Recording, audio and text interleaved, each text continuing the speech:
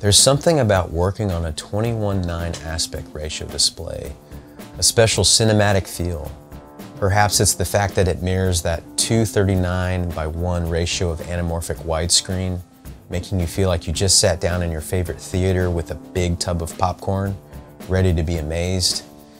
It's a glorious thing sitting in front of a 38-inch ultra-wide as long as the pixel density is right. And today I'm going to be comparing two of these, which were given to me by an amazing creative studio to test out. The owner of the studio ironically shares my name and address and told me that I can keep one and sell the other. But before we move on, please don't forget to like this video and subscribe to my channel so you get notified when I share more content. Now, looking at these two monitors, both share the same pixel density and size at 38 inches, 3840 by 1600 resolution. Both feature 10-bit IPS displays with a pixel density of 111 ppi, but one costs a decent amount more. And so which one should you lay your hard-earned Benjamins on?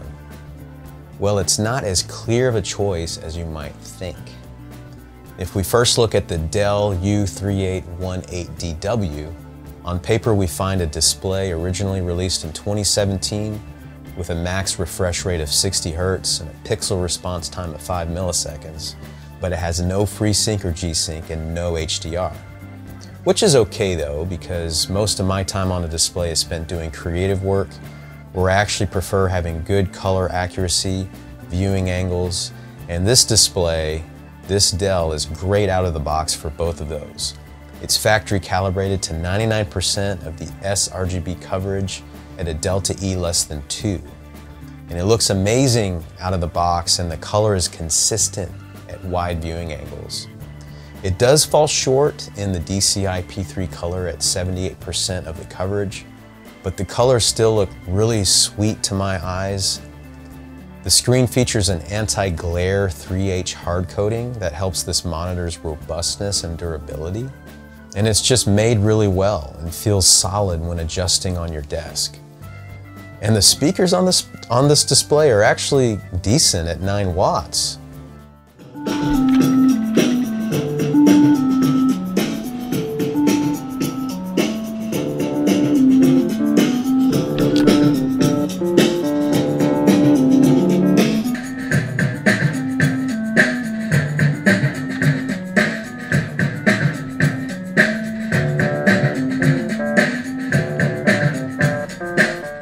The Dell does not get as bright as you would think, peaking out at only 300 nits, but for my purposes, that's fine.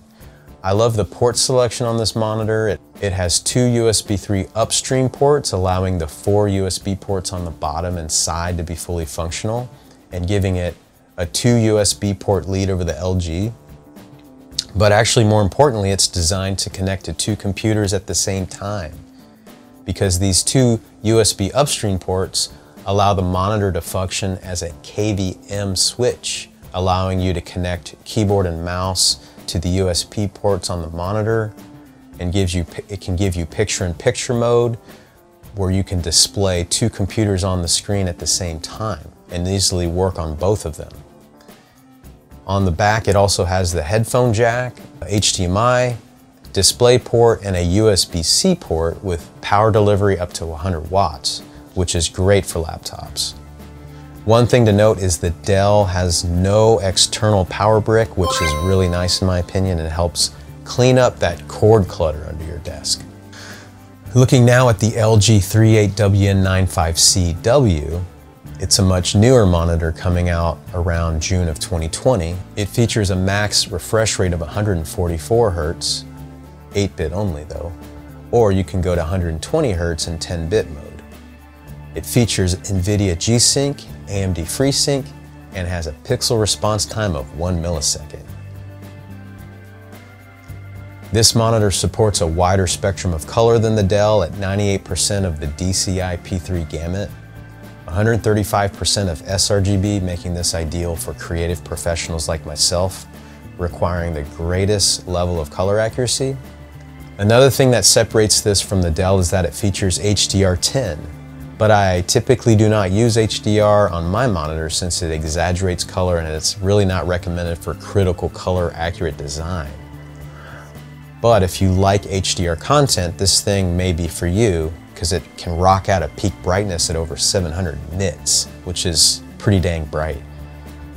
I typically calibrate my monitors at a brightness that is comfortable for me in this environment I work in, which is around 240 nits. So for normal SDR usage, you can get this display pretty close to 500 nits if you want to go that bright. The LG Ultrawide also offers Thunderbolt 3 for data transfer and power delivery up to 94 watts, as well as DisplayPort, 2 HDMI ports, 2 USB ports, and a headphone jack.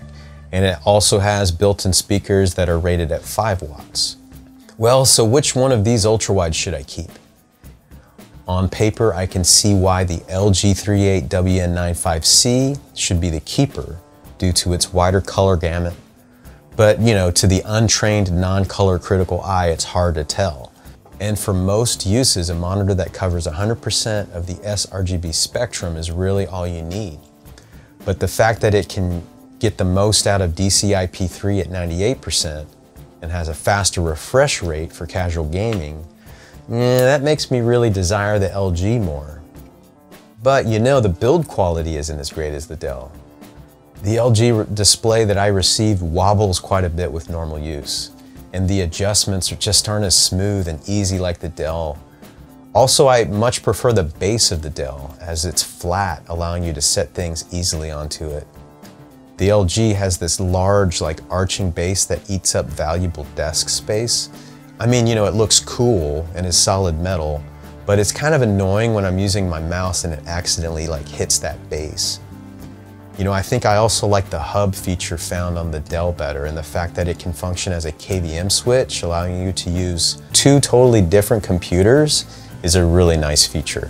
There's also something about the Dell display that I can't quite put my finger on, because it has this pleasing appearance and rendering when I view images on it.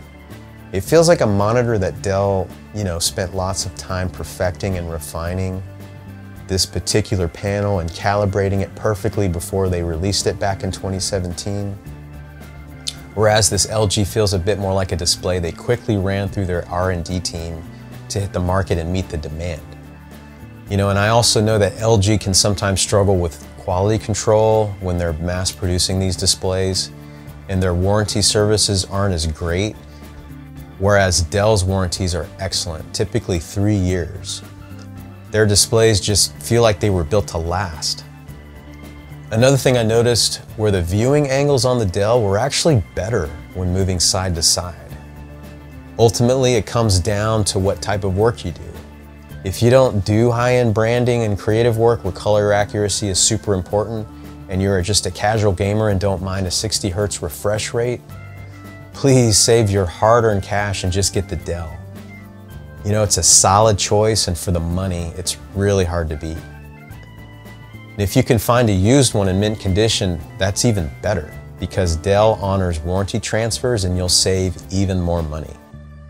You know, I'm actually still on the fence about this. I think I'm gonna go with the LG 38WN95C after I said all that about the Dell.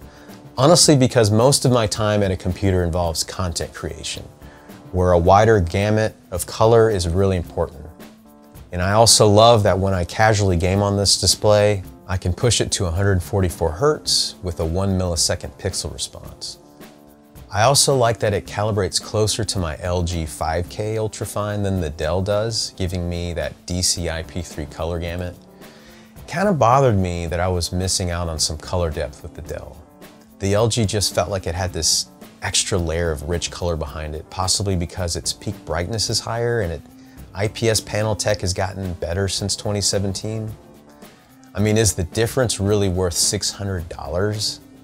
I don't know, but I hope my thoughts help you to make your decision on which of these ultra-wide displays is for you. Or maybe none of them are, because you just hate ultra-wides. Hey guys, thank you so much for hanging with me the last few minutes. I hope you enjoyed it, and I can't wait to see you on my next video.